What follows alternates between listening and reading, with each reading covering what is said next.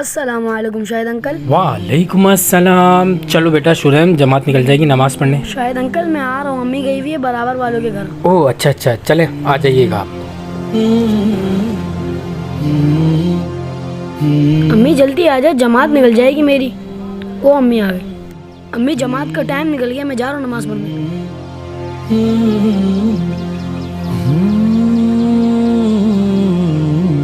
शुरैम बेटा, आपकी तो जमात निकल गई। शाहिद अंकल वो अम्मी को देर हो गई थी इसलिए मैं। एक मिनट बेटा।